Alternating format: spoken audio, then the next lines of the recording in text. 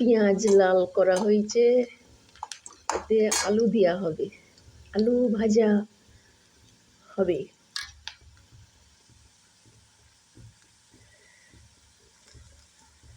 আলু ভাজা হবে, আলু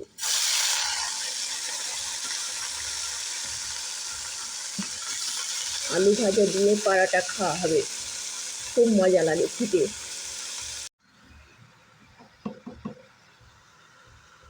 এত অল্প পরিমাণ নুন দিতে হবে, তারপরে হলুদ দিতে হবে, হলুদ,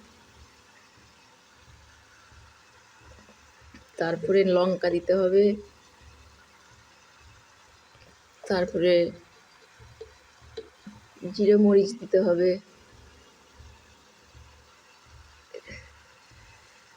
দিয়ে এগুলো ফাটাই করতে হবে আলুর সঙ্গে। আলুটা মিক্স করে দিতে হবে, তবে টেস্টিও হবে।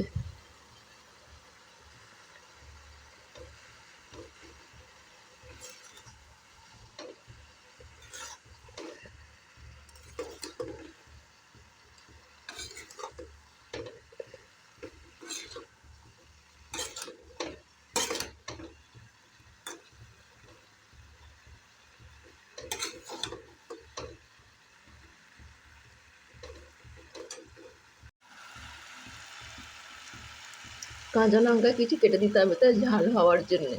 এই যেমন ঝাল খায় সেরকম ঝাল দেবেন। আলু ভাজা কমপ্লিট।